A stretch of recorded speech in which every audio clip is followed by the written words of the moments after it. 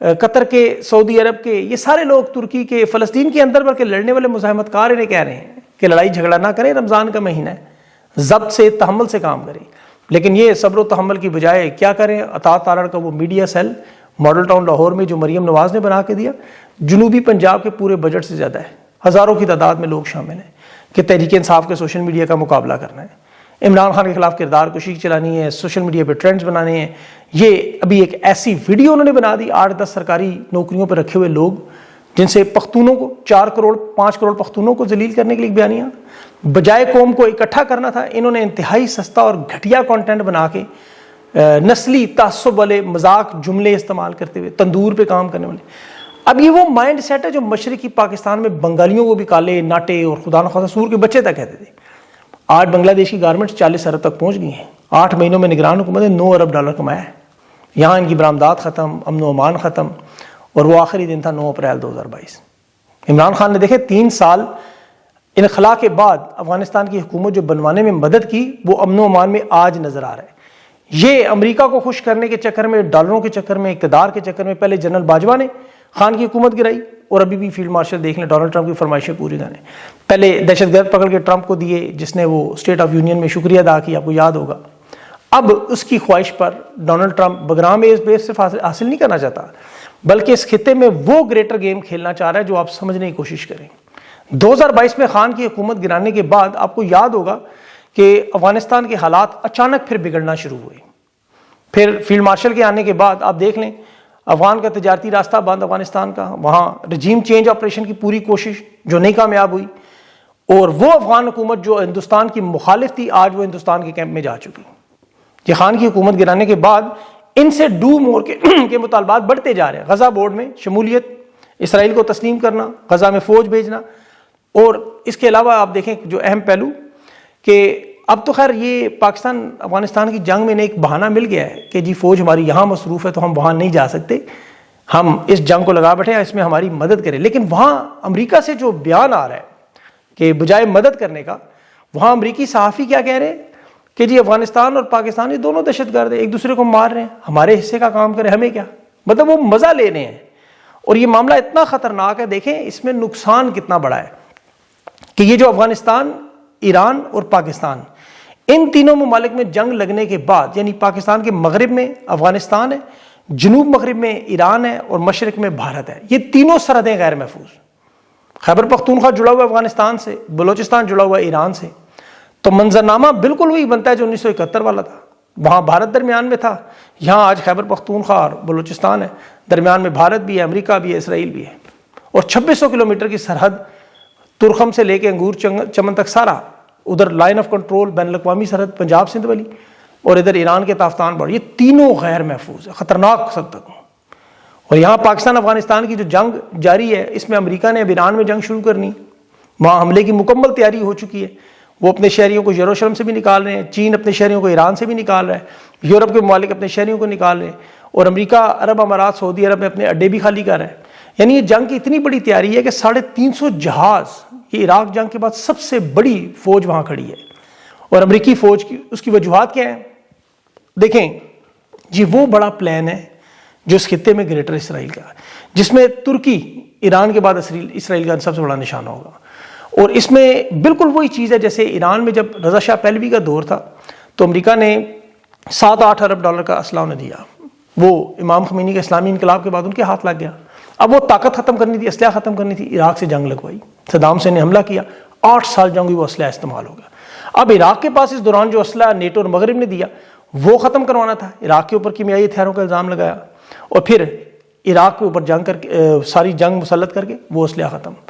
افغانستان میں آئے 20 سال دھڑا دھڑا اسلحہ، اور یہاں اسلحہ چھوڑ کے 7 ارب کا، پھر بلیک مارکیٹ سے انہیں اسلحہ مل گیا، پھر چین کے تعاون سے انہوں نے ٹھیک کر لیے. اب ان کے پاس افغانستان میں بھاری بختربند گاڑیاں ہیں، نائٹ ویژن گوگلز ہیں، 25 ہزار کی بندوق ہے، 6 کلومیٹر تک مارنے والے میزائل ہیں، لانچنگ سسٹم ہے 35 کلومیٹر تک، یہ سب کچھ موجود ہے. اور یہ بڑی بھاری تعداد میں ہتھیار پاکستان میں بھی موجود ہیں کالہ دم تنظیموں کے پاس. اب اس پہ آپ BBC کا پورا آرٹیکل پڑھیں، CNN کا پڑھیں، آپ کو اندازہ ہو جائے گا. افغانستان کی تو گوریلا ٹیکٹکس اور یہ 20 سال تک جنگ لڑنے کی صلاحیت سب جانتے ہیں. تو یہ تو ایک ایسی دلدل ہے جس میں پھنسنے کے بعد راستہ بچتے ہی نہیں. افغانستان سے خطرہ جی دہشت گردی ہوتی ہے، یہی سب سے بڑا مسئلہ ہے.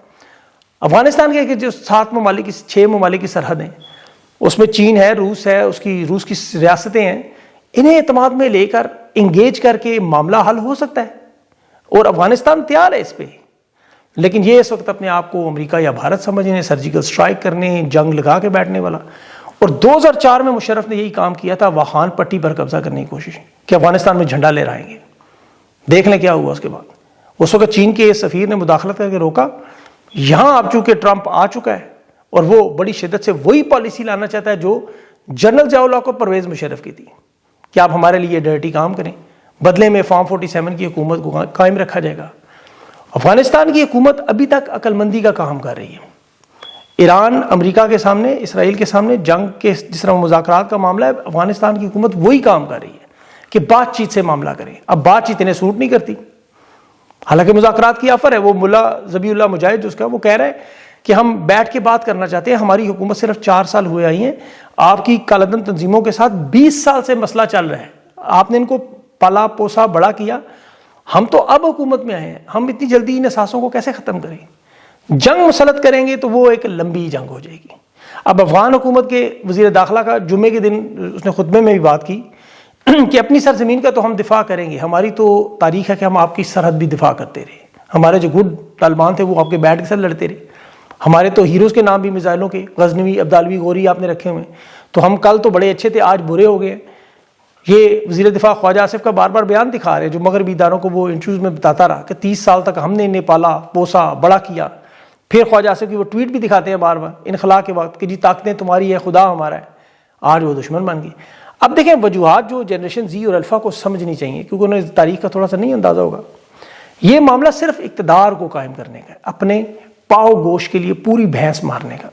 1979 میں جب سوویت یونین نے افغانستان پر حملہ کیا تو اس وقت جنرل ضیاء الحق نے ذوالفقار علی بھٹو کی حکومت گرا دی تھی، تختہ الٹ دیا تھا، مارشل لا لگا دیا تھا. حکومت کسے چاہیے تھی؟ حمایت.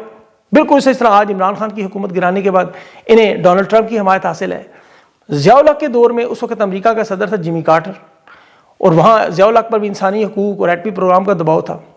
اب جب سوویت یونین نے افغانستان پہ حملہ کیا، ضیاء الحق فرنٹ لائن اتحادی بن گیا. ISI نے وہاں افغان مجاہدین گروپ بنائے، تربیت دی، اسلحہ دیا، اور سوویت یونین کو افغانستان میں پھنسا کے کمزور کیا. یہاں پاکستان کے مدرسوں کے طلباء جہادی فنڈ دیتے رہے، سعودی عرب حوالہ یہ انہیں بھیجتے رہے، اور وہ پیسہ ضیاء الحق اور ISI کے جرنیل کھا گئے. CIA نے اس وقت مال اور اسلحہ خریدنے کے وہ اسکینڈلز اتنے بڑے بڑے وہ پڑے کبھی آپ تاریخ میں.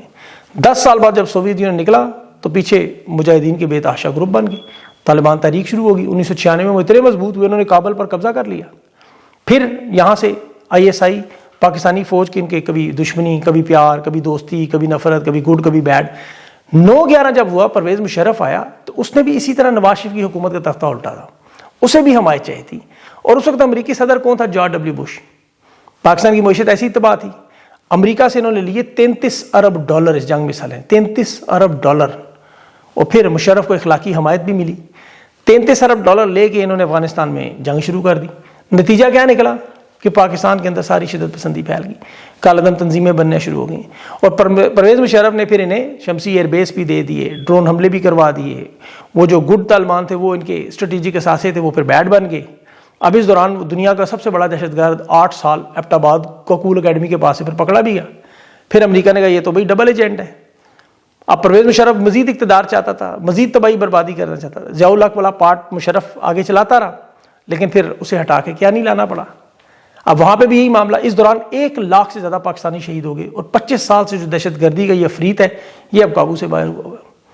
پھر یہ افغانستان کے بارے میں جو رائے آپ کو بتاتے ہیں نا اکثر کہ جی ہم نے ان کے ساتھ آدھی روٹی شیئر کی، ہم نے اپنے ملک میں پناہ دی، ہم نے اپنے ملک میں رکھا، یہ احسان فراموش ہے.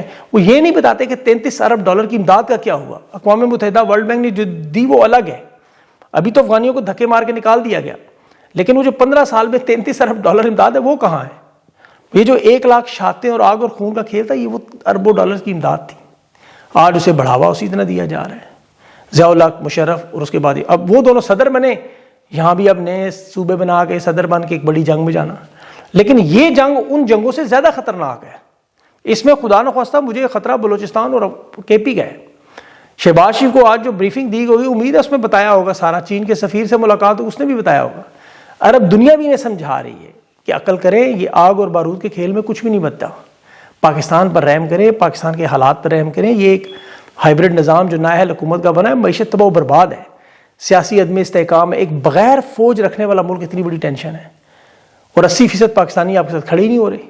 D J S P R کی پریس کانفرنس دیکھیں، وہ کہہ رہے ہیں جی قوم متحد ہو، سیاسی لیڈروں سے اپیل کر رہے ہیں۔ یہاں سب سے بڑا لیڈر جیل میں، اسے ڈاکٹر نہیں دے رہے۔ اصلی مقبول رہنما پاکستان کا جب وہ باہر آ کے کہے گا یہ بات تو لوگوں کو سمجھ آئے گی۔